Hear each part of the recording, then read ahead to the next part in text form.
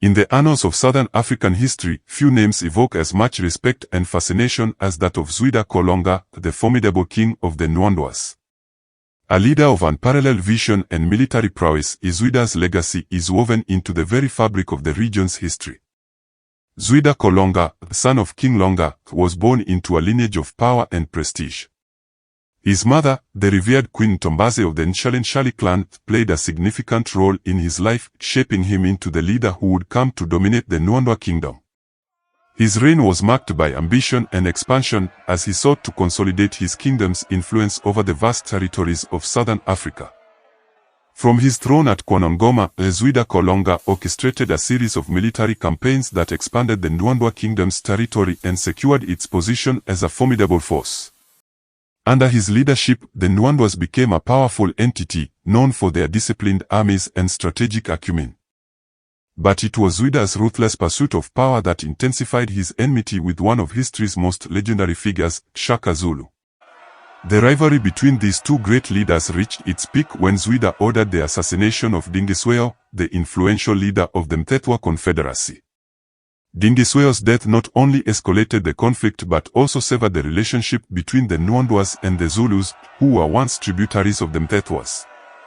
Zwide's thirst for dominance did not end there. He also orchestrated the death of kaMashobane, the chief of the Khumalo clan, turning his own grandson, Mzilikazi kaMashobane, into a fierce adversary. The Khumalos, who were tributaries of the Ndwandwe, found themselves at odds with Zwide, leading Mzilikazi to align with Shaka Zulu in a powerful coalition against the Ndwandwe kingdom. What followed was a series of epic confrontations between the great kingdoms of the region. The Zulus, once subservient to the Mthethwas, and the Khumalos, under the dominion of the Ndwandwe, now stood united against a common enemy.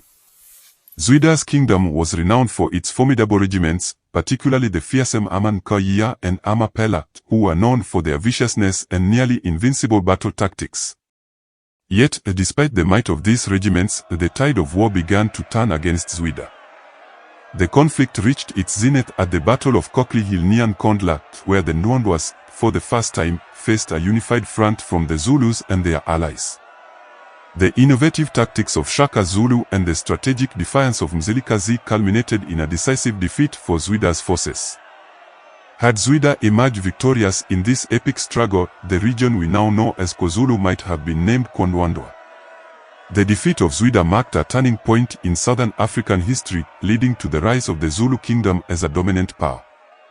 The aftermath of these conflicts led to the formation of new nations that persist to this day, the amaNdebele of Zimbabwe under Mzilikazi kaMashobane, the amaShangane of Mozambique and Limpopo under amaShangane of Ziguda, and the amaNgoni of Zambia and Malawi under Tsongas of Mzilikazi.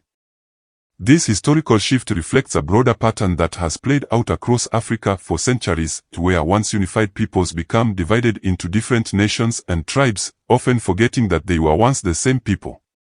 The legacy of Zwide and the Ndwandwe is a testament to the dynamic and complex history of the region.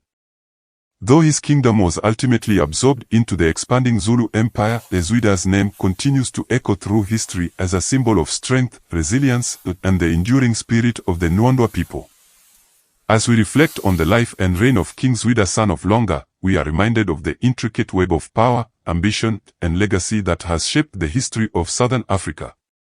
His story is not just one of conflict and conquest but also of the rich cultural heritage that continues to define the region to this day.